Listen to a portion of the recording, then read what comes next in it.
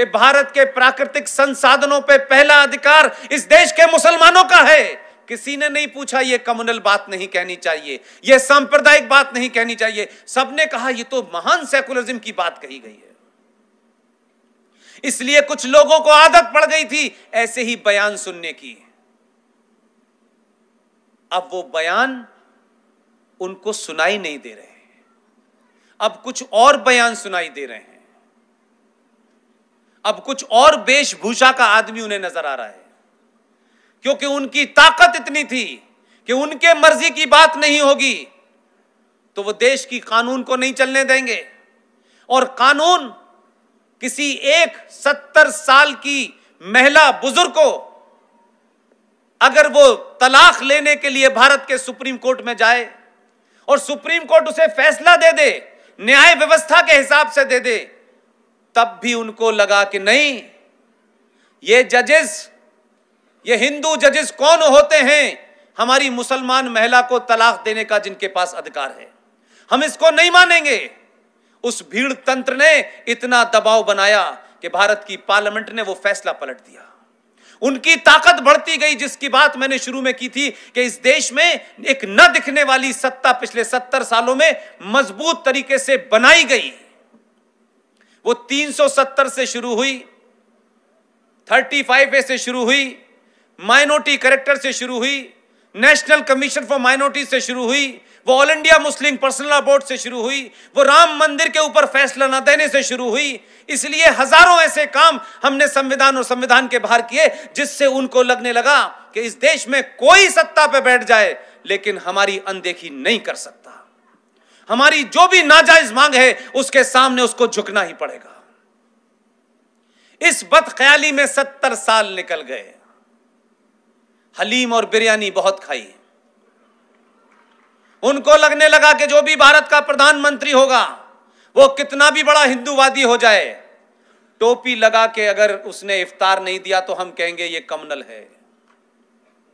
सनातनियों, अपने होने का जरा सा बोध किया आपने।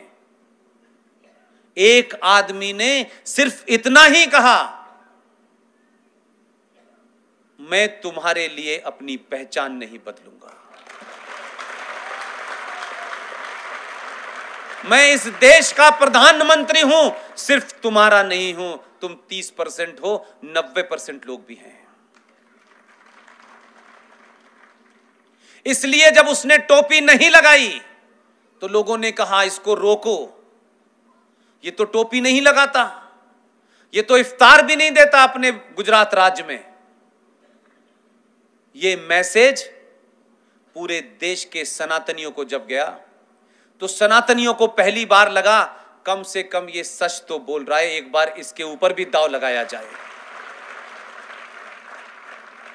आपने दांव लगाया तो मालूम है उसने क्या किया? प्रधानमंत्री की शपथ लेते ही कुछ लोग अमेरिका जाते हैं सलाम करने, प्रधानमंत्री बनते ही इसने उस राष्ट्र की यात्रा की जो इस दुनिया में सबसे छोटा सा है, जिसको कोई जानता भी नहीं है। मैसेज उसका था क्लियर, हमने नहीं समझा। प्रधानमंत्री बनते ही वो भूटान गया जो अखंड भारत का हिस्सा था। दूसरी यात्रा नेपाल की, अखंड भारत का हिस्सा था।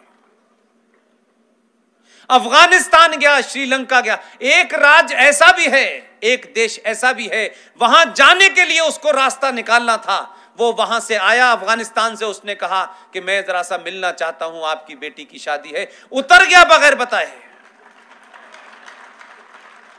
जो वहां से बैठे बैठे उसे मार रहे थे, उसने कहा मैं तुम्हारे बीच में उतर गया, तुम्हें बगैर बताए पता चला मैं कहां हूं। मिलके जब वापस आया तो अखंड भारत का जितना हिस्सा था पहले उसने सबकी यात्रा कर ली। किसी को यह नहीं बताया मैं क्यों यहां आया हूं, देखने गया था क्या क्या वापस लाना है।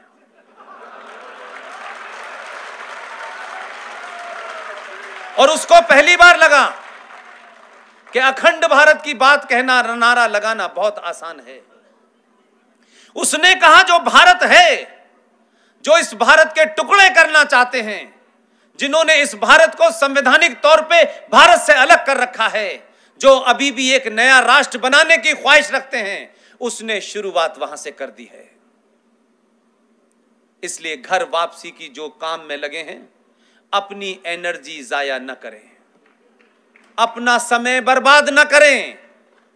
जितने भी इस देश में अगले 10 साल तक सेमिनार करने की, भाषण के लिए लोगों को बुलाने की अगर आपकी इच्छा है, तो आप कहिए कि अगला सेमिनार हम यूनिफॉर्म सिविल कोड पे करेंगे। और जब यूनिफॉर्म सिविल कोड आ जाए, जो आने वाला है, और ये जब कुर्सी से खड़े हो, यूनिफॉर्म सिविल कोड इन्हें फौरन बिठा देगा। और उसके बाद जैसे जैसे ये कानून बनते जाएं, आप इसको भूल जाएं। आप याद दिलाएं इस देश को, 76 में भारत की पार्लियामेंट में 42nd कॉन्स्टिट्यूशनल अमेंडमेंट पास हुआ। उसकी 7वीं सूची के अंदर यह कहा गया कि केंद्र सरकारें और राज्य सरकारें पॉपुलेशन कंट्रोल और फैमिली प्लानिंग के ऊपर कानून बनाएं। 76 में ये लोग नहीं थे सत्ता में। अपने सेमिनार का टॉपिक और मौजू बदलिए। ये सीएए पे जो लोग भी इस देश में, खास तौर से सनातन के मानने वाले ये लोग जो भी सेमिनार कर रहे हैं, ये उस प्रोपेगेंडा को आगे बढ़ा रहे हैं। एक कानून बन गया, अब उस पर चर्चा किस बात की है? अब तो उसके ऊपर अमल करने का समय है। आप उस पर चर्चा कर रहे हैं। उसने अब तक 800 हिंदुओं को नागरिकता दे दी है। वो रुकने वाला नहीं है, उसे आप लोग मत रोकिए। आप लोगों का यह सेमिनार करना सीएए के ऊपर, आप नहीं समझ रहे, अनजाने में आप किसी के हाथ का हथियार बन रहे हैं। एक काम हो गया, भूल गए, खत्म कहानी।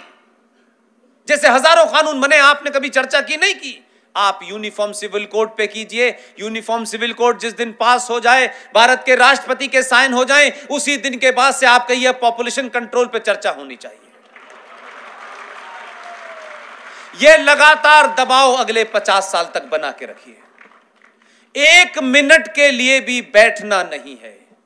और आने वाली जनरेशन है, ये छोटे छोटे बच्चे, ये छोटी छोटी बच्चियां, क्योंकि आप अपने घरों में माएं उनसे बात नहीं करती, पिता को फुर्सत नहीं है बात करने की, भाई को फुर्सत नहीं है बात करने की। इसलिए समस्या यह हो गई है कि जो बच्ची से उसकी मां बात नहीं करती, जो चमत्कार के उसमें जने कहां कहां चली जाती हैं। आप उस परंपरा के लोग हैं कि आपको चमत्कार की जरूरत नहीं है, आप अपने आप में एक चमत्कार हैं। आप अपने घर की बच्चियों से, उन बच्चों से जिनसे आप बात नहीं करते, और एक बड़े होने के नाते उस बड़ी कुर्सी पर बैठने के बाद जब आप बात करते हैं तो आप उससे अपनी नजदीकी नहीं बनाते। दौर बदल गया है। 20 साल पहले ऐसा हो सकता था, आज नहीं हो सकता, क्योंकि आपके बच्चे के पास इतनी इंफॉर्मेशन है कि आपके ज्ञान की उसे जरूरत नहीं है। लेकिन जिन चीजों पे वो कंफ्यूज है, उस पे दोस्त की तरह उससे बात करें। हर मां अपनी बेटी से दोस्त की तरह बात करे। उसके मन में भी बहुत सारे सवाल हैं, उसके मन में भी समाज के बदलाव हो रहे हैं। आप पे समय नहीं है, या तो आप सास भी कभी बहू देखेंगी। यह बात अलग है कि अब बहू पार्लियामेंट में आ गई है, अब तो देखना छोड़ दीजिए, और चमत्कार की आशा में घर से बाहर मत जाइए। जितना समय अपने परिवार में अपने बच्चों के साथ बात करेंगी, मुझे पूरी उम्मीद है कि आपकी बेटी, उसके अंदर भी बहुत सारे बदलाव हो रहे हैं। वो भी इस समाज से कहीं इन्फ्लुएंस हो रही है, गलत तरीके से इन्फ्लुएंस ना हो जाए। दोस्त बन के उससे कहिए कि शहर में सबसे अच्छी पिक्चर लगी है, मैं सिर्फ तेरे साथ ही देखने जाऊंगी। जिस दिन आप ये करने लगेंगे, वो आपकी बेटी,